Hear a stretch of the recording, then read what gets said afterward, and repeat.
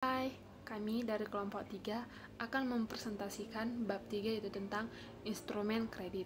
Sebelum mempresentasikannya, kami terlebih dahulu memperkenalkan anggota kelompok 3 yaitu 3R, Reavi, Rica, dan Relita.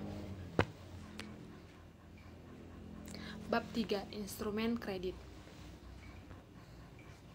Pengertian instrumen kredit yaitu perkembangan aktivitas ekonomi yang sangat cepat ditimbulkan oleh perkembangan peradaban manusia.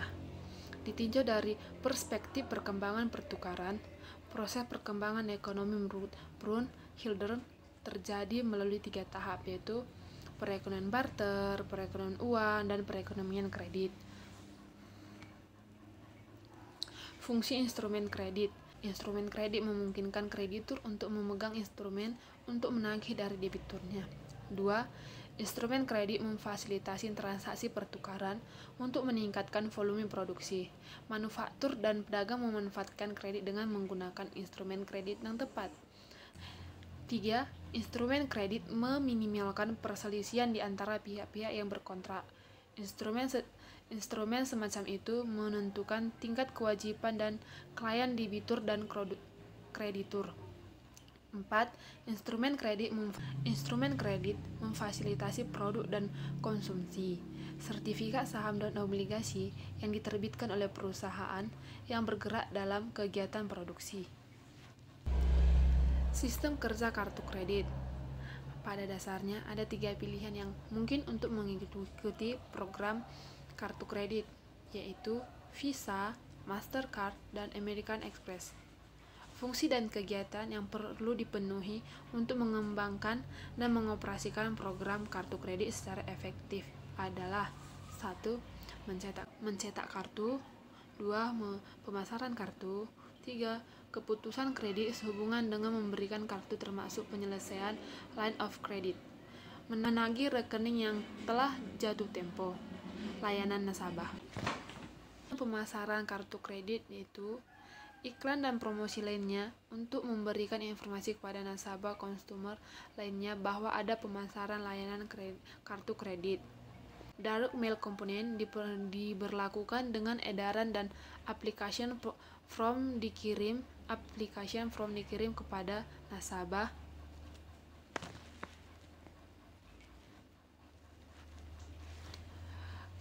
Pembelian dengan menggunakan kartu kredit. Menurut Shermatz, pedagang maupun penerima pembayaran dengan kartu kredit karena pedagang menganggap bahwa hal itu sudah merupakan suatu strategi menganggap persaingan dalam pemasaran. Beberapa jenis kegiatan yang berkaitan dengan transaksi pembelian dengan menggunakan kartu kredit, yaitu proses pengembalian, otoritas, penyetoran oleh March, interest dan settlement. Layanan kepada pemegang kartu kredit. 1. Menjawab pertanyaan-pertanyaan dan menyelesaikan informasi nasabah dan permasalahan rekening yang diterima melalui pos, telepon, atau langsung pribadi atau secara langsung. Mengupdate arsip informasi pemegang kartu kredit. Melayani permintaan salinan sales, draft dan dari bank March. Layanan kepada pengelompokan kartu kredit ada 4, yaitu 1.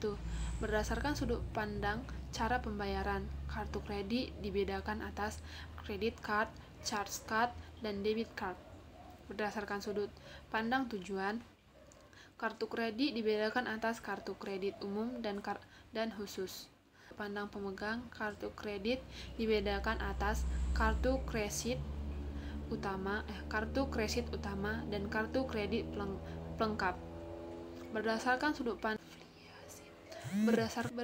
sudut pandang afiliasi, kartu kredit dibedakan atas account branding card, dan affiliate card. Baik, saya akan melanjutkan presentasi materi selanjutnya mengenai kartu tagih. kartu tagih atau charge card. Dalam praktik lembaga keuangan terdapat beberapa kartu yang dapat membantu mengatasi seluruh atau sebagian kebutuhan transaksi, kebutuhan likuiditas, dan juga memberikan keamanan serta fleksibilitas untuk mengatur anggaran keuangan nasabah atau pemegang kartu. Salah satunya adalah charge card atau kartu prabayar.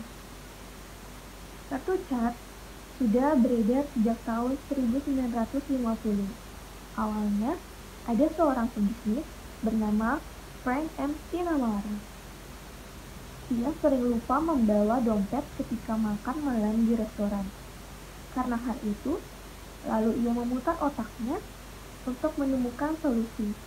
Akhirnya, ia mendapatkan ide membuat sebuah kartu unik yang disebut kartu charge. Fungsinya bisa sebagai alat pembayaran. Dari sinilah cikal bakal diterbitkannya kartu charge. Saat itu, kartu charge diartikan sebagai alat transaksi pengganti apabila konsumen ingin atau terpaksa menunda pembayaran ketika berbelanja atau makan di restoran. Lalu pihak bank akan membayar lebih dulu kepada pemilik toko atau tempat makan. Perkembangan kartu tagih di Indonesia. Salah satu perusahaan yang menjadi pelopor beredarnya kartu charge di Indonesia adalah American Express atau disingkat Amex. Pemilik kartu charge hanya menggunakan kartu ini saat pergi ke luar negeri, khususnya kota-kota besar negara Amerika. Bukan memanfaatkannya sebagai alat pembayaran pengganti uang tunai. Hal tersebut dikarenakan sangat minimnya tempat untuk menggesek kartu charge. Setelah Amex, beberapa bank lokal mulai mengeluarkan kartu charge yaitu Bank Danamon, BNI, CIMB, dan BCA Blue Card. Saat ini, bank yang masih mempertahankan produk charge-nya adalah Bank Danamon. Selain itu, ada pula perbankan syariah di Indonesia yang mengeluarkan produk dengan konsep seperti kartu charge. Nama generiknya disebut Syariah Charge Card. BNI Syariah dan CIMB Niaga Syariah merupakan bank yang menggarap segmen kartu charge berkonsep syariah. Fungsi kartu tagih atau charge card. Fungsi dan cara kerja kartu charge tidak jauh berbeda dengan kartu kredit. Hanya saja, saat pihak bank menagih kepada nasabah, jumlah uang yang dibayarkan wajib penuh. Tidak ada pembayaran tagihan minimum layaknya kartu kredit. Charge card berfungsi sebagai alat pembayaran suatu transaksi jual beli barang atau jasa di mana nasabah harus membayar kembali seluruh tagihan secara penuh pada akhir bulan atau bulan berikutnya dengan atau tanpa biaya tambahan. Perbedaan kartu tagih dan kartu kredit. Yang pertama, pada pembayaran tagihan. Pada kartu charge, pemegang kartu charge harus membayar lunas secara penuh semua uang yang digunakan untuk transaksi selama sebulan. Sedangkan pada kartu kredit, pengguna kartu kredit diberikan dua pilihan untuk melakukan pembayaran, yaitu minimum payment atau full payment. Yang kedua, pada limit kartu. Pada kartu charge tidak memiliki limit atau batasan penggunaan yang harus diperhatikan oleh pemegang kartu. Sedangkan pada kartu kredit memiliki limit atau batasan nominal. Pengguna kartu kredit, pemegang kartu kredit harus memperhatikan batas nominal ini dalam menggunakan kartu kreditnya karena jika terjadi over limit, akan ada biaya over limit. Yang ketiga, pada denda. Jika pada kartu charge, bila pembayaran tagihan kartu charge Anda tidak penuh, maka Anda akan dikenakan denda berupa bunga dengan persentase tertentu. Sedangkan pada kartu kredit, hampir serupa dengan kartu charge, tetapi kartu kredit juga memiliki tingkat bunga yang besarnya rata-rata. Hampir sama pada setiap bank, yaitu tidak akan melebihi 3%. Denda ini diberlakukan bila Anda terlambat membayar tagihan kartu kredit. Yang keempat, cara pengajuan. Kartu CHART cukup sulit, sehingga tidak semua orang bisa memiliki kartu CHART. Kartu CHART diklaim hanya untuk mereka yang memiliki kondisi keuangan sangat maju dan stabil. Sedangkan pada kartu kredit mudah untuk diajukan oleh siapa saja. Hampir kebanyakan kalangan dalam masyarakat diberikan kesempatan untuk bisa mengajukan kartu kredit. Bahkan, pengajuan kartu kredit bisa dilakukan secara online. Yang kelima, masa berlaku kartu. Pada kartu CHART, memiliki peraturan akan masa berlakunya yang cukup ketat. Jika pemegang kartu CHART tidak membayar tagihan secara penuh, maka saat itu juga kartu akan diblokir dan tidak dapat digunakan lagi. Sedangkan pada kartu kredit, relatif lebih longgar mengenai peraturan masa berlaku kartu. Kartu kredit memiliki masa berlaku kurang lebih 5 tahun, akan tetapi tidak ada pemblokiran kartu bila pembayaran tagihan tidak dilakukan secara penuh. Kartu kredit masih tetap bisa dapat digunakan. Di Indonesia, tidak banyak terdapat kartu CHART. Kartu CHART yang pertama kali masuk ke Indonesia yaitu adalah American Express atau disingkat yaitu AMEX, tetapi hanya dapat digunakan ketika seseorang melancong ke Amerika. Sementara di pasar lokal, ada beberapa bank yang pernah menghadirkan kartu CHART, yaitu Danamon, BNI, CIMB, dan BCA Blue Card. Akan tetapi kurang eksis. BNI dan CIMB masih bertahan dengan kartu CHART berkonsep syariah. Materi selanjutnya akan dipresentasikan oleh teman saya. Saya akan menjelaskan mengenai kartu debit. Yang pertama, pengertian kartu debit. Kartu debit adalah alat pembayaran tunai tanpa menggunakan uang tunai, karena pembayaran dilakukan dengan cara mendebit langsung saldo rekening pemilik kartu kredit, dan pada waktu yang bersamaan pula mengkredit saldo rekening pedagang penerima kartu debit. Selanjutnya, jenis kartu debit. Jenis yang pertama yaitu kartu debit yang mengharuskan pemegangnya menggunakan Personal Identification Number atau PIN ketika melakukan transaksi. Jenis yang kedua yaitu kartu debit yang mekanisme pembayarannya seperti kartu kredit, sehingga tidak menggunakan PIN karena sudah tertera semacam magnet sebagai alat verifikasi. Selanjutnya, kelebihan menggunakan kartu debit. Yang pertama, belanja praktis dengan menggesek kartu di mesin EDC yang tersedia di supermarket, restoran, dan departemen store. Yang kedua, bisa melakukan transaksi yang besar selama saldo memadai atau uang bukan pinjaman dari bank. Yang ketiga, mempunyai fasilitas lain seperti pembelian pulsa, listrik, sampai mentransfer uang. Yang keempat, uang bisa diambil di ATM yang sudah disediakan jika membutuhkan cash. Yang kelima, uang administrasi yang tidak besar. Yang keenam, program promo dan diskon menggunakan kartu debit dengan bank tertentu. Yang ketujuh, tabungan bergerak kemanapun kamu pergi. Yang kedelapan, memberi kemudahan belanja online.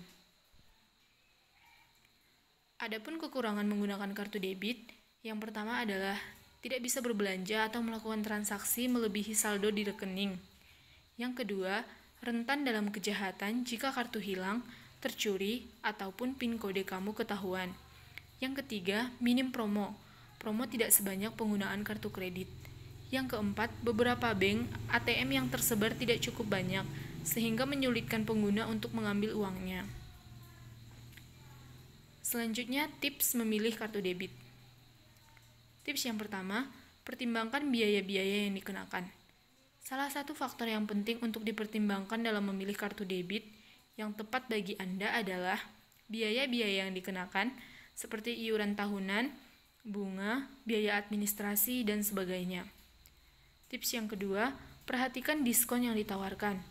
Anda dapat memeriksa daftar penjual yang bekerja sama dengan penerbit kartu debit yang Anda pertimbangkan. Apakah Anda sering berbelanja di sana, atau barang-barang yang didiskon memang merupakan barang-barang yang memang Anda butuhkan. Tips yang ketiga, periksa layanan pelanggannya. Sebagai pengguna kartu debit, Anda pasti ingin mendapatkan pelayanan yang baik dan lengkap dari pihak penerbitnya, dan termasuk layanan transaksi dan pengaduan 24 jam dengan petugas yang ramah dan sigap. Tips yang keempat, ketahui jangkauan jaringan. Tips yang kelima, pastikan tingkat keamanannya. Sebaiknya pilih penerbit kartu debit yang memberikan keamanan lebih kepada nasabahnya. Bentuk keamanan ini bisa berupa foto diri atau pencetakan tanda tangan pada kartu debit, yang fungsinya antara lain untuk memperkecil kemungkinan terjadinya penyalahgunaan pada kartu debit Anda. Selanjutnya, saya akan menjelaskan mengenai kartu beli atau purchasing card. Yang pertama, pengertian kartu beli. Kartu beli atau purchasing card adalah fasilitas kartu kredit yang fungsinya sebagai alat pembayaran bagi pedagang atau retailer untuk pembelian barang-barang inventory atau jasa yang dibeli secara langsung dan rutin dari produsen atau distributor.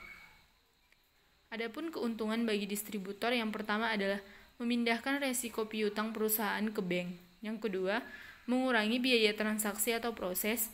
Yang ketiga, keamanan. Yang keempat, pengelolaan kas. Yang kelima, penagihan. Yang keenam, potensi peningkatan penjualan karena proses penjualan menjadi lebih cepat dan efisien. Keuntungan bagi pedagang atau agen atau pemborong atau toko atau retailer atau buyer. Yang pertama, lebih nyaman dan lebih aman dibandingkan bertransaksi dengan menggunakan uang tunai atau warkat bank. Yang ketiga, perpanjangan waktu pembayaran sampai dengan maksimum 55 hari. Yang keempat, meningkatkan cash flow perusahaan. Yang kelima, inisiasi untuk pengajuan kredit usaha kecil ke bank, di mana riwayat kredit akan tercatat dan dapat menjadi syarat pengajuan kredit lain ke bank. Sekian presentasi dari kami. Atas perhatiannya kami ucapkan terima kasih.